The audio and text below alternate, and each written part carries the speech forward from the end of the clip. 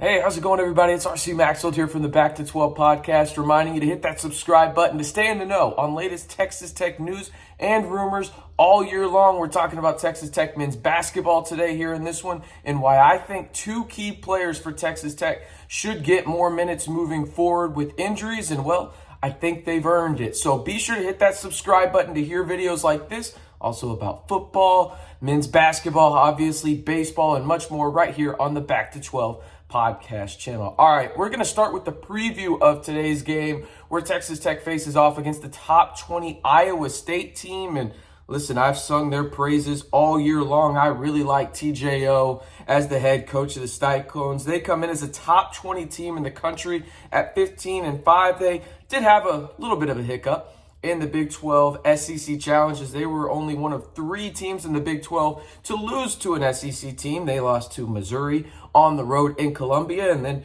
now they make the trek down to the 806 to face off against Texas Tech, who got their first win of the calendar year in 2023 against LSU in the aforementioned Big 12 SEC challenge, where they had a little bit of business. And when you look at what Texas Tech does well against Iowa State, a couple of people were asking on Twitter, how is this line so close? And for those that don't know, Iowa State's only favored by 1 point. This is basically a pick'em. It's the Big 12. Any road game in the Big 12 for a top 20 team, yeah, they might be favored if it's a team like Texas Tech or Oklahoma or something like that. But typically, it's going to be a pick'em because the Big 12 is legitimately the best conference in America. They proved that this past weekend against the SEC. There were some people that were trying to put SEC number 2. I don't really give a damn who you put it to. The Big 12 is number 1, and it's not relatively close, in my opinion. Also, shout out to the Big 12 Conference for putting me in your little picture on your profile on Twitter. Respect. But you look at what Texas Tech has started to do over the past couple of games. And yes, I know they got blown out by West Virginia at home, and they kind of gave the game away up in Manhattan after a late run. You look who's starting to play a little bit more. And those are the guys that I'm going to talk about here a little bit more. But I don't think you're going to see Fardaws Aimaq. I don't think you're going to see Pop Isaacs. I'm more confident you're not going to see Pop than Fardaws going into this game against Iowa State.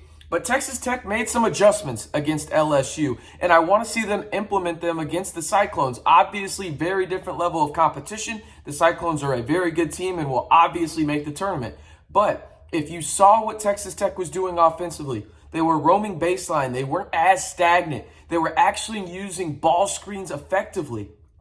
Crazy concept. I thought Kevin O'Banner looked really good in the pick and roll, and he's one of the guys that struggles in the screen game. What I really liked most was those aforementioned pick and rolls where you had Devion Harmon at the top of the key with Kevin O'Banner. Kevin O'Banner set a very good screen, but instead of rolling to the basket, he popped out. You had Bacho move and really create space by blocking out his defender, so Devion Harmon had a lane to the rim. If the opposing team had the guy from the corner come in and leak to help so they couldn't get an easy layup, Devion Harmon just ditched it to the corner where Kerwin Walton was, and he shot 5 for 6 from 3. And then you have Jalen Tyson, Elijah Fisher on the other side, whoever it may be. But you've got guys that are actually moving and getting to spots and allowing the offense not to just go to the final 5 seconds and just say, well, I don't know what the hell's going to happen here. Let's just throw it at the rim and pray for the best. Because that's what it felt like Texas Tech offense really was in the Big 12 for a majority of the season. It's good to see that changing a little bit, especially against LSU. Again, LSU, not a great team. They're on an 8-game losing streak. But again, to do that in a place that is a ruckus environment down there on the Bayou in Baton Rouge, get yourself together, get a win in 2023, which is big. You finally get one now. Maybe a little bit of snowball effect goes into this Big 12 game against the top 20 Iowa State team. And who knows what happens. Again, it's the Big 12 any given night in this league. But before we move on to this and who I want to talk about, the two players who I think just need more run moving forward for Texas Tech, I want to ask you guys this. You're going into the last half of the season for Texas Tech. There's about, 10 games left in conference play? How many games does Texas Tech win in the Big 12 before the end of the season? It can be 0, it can be 1, 2, shoot, 5. Whatever you think it realistically is, let me know on the pinned comment down below. All right, there's two guys I really want to talk about for Texas Tech right now, and it really comes down to this for me. There is absolutely no excuse that these two guys should not be playing bare minimum what they played against LSU, and that was 21 minutes and 22 minutes. The two guys I'm talking about are Kerwin Walton and Elijah Fisher. There is no reason moving forward that these two guys, barring injury obviously, should not at least get 22 minutes every game.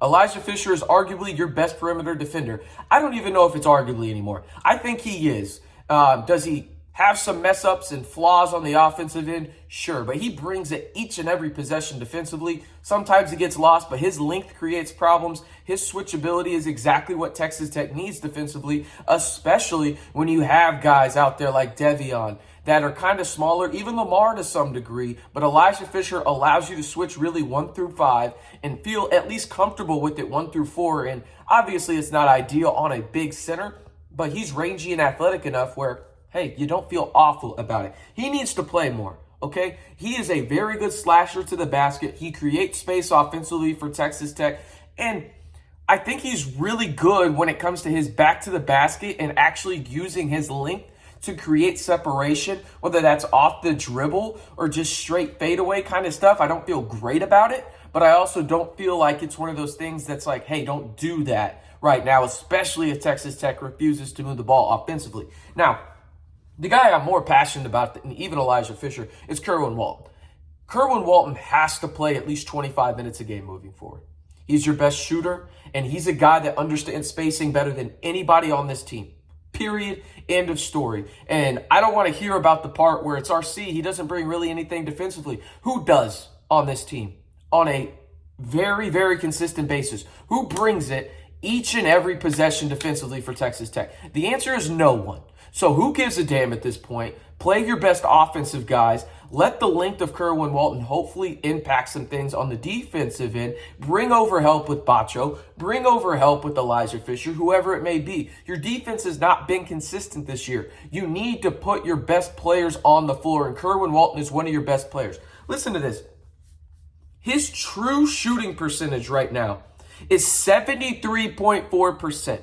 That is sicko type material, okay? His usage rate is only 12.8. And now, that's mostly to do that he can't really create his own shot. He's more of a guy that doesn't really go off the dribble. He's more of a catch and shoot guy. But he's really good at it, i.e. case in point, LSU. Is he going to shoot 5 or 6 from 3 every night? No. But he understands spacing and where to get to and have that leak out guy for Devion Harmon who may get stuck in the lane and he can just find him right away. And you know Kerwin Walton is shooting 50% from 3 this year on 42 opportunities. Yeah, it's not a lot, but he hadn't been playing a whole lot. But when he does play, he's a bona fide knockdown guy. I want to also bring this up. His effective field goal percentage is 72.6%. Leads the entire Texas Tech team. The next closest that has played really big minutes for Texas Tech in terms of over 25% of the minutes is Daniel Bacho at 56.7% in terms of minutes played. He's at 63.2. We're talking about a big man that is right next to the basket. That tells you how good of a shooter Kerwin Walton is. He needs to play more, and so does Elijah Fisher. I will say it was awesome to see them play 20-plus minutes. Elijah played 22. Kerwin played 21 against LSU. Bump it up for Kerwin a little bit. I think he's going to be in that starting lineup as long as Pop Isaac's out, and who knows when Pop returns. It's not going to be against Iowa State, I don't think, and I don't believe you'll see Fardaws either. So you'll see the same unit that you saw against LSU for the Red Raiders against a top 20 team in Iowa State at home at 8 p.m. on Big Monday. I'm RC Maxfield, reminding you one more time for the latest news and rumors when it comes to Texas Tech athletics. You know what to do. Hit that big red button and subscribe to the Back to 12 podcast channel.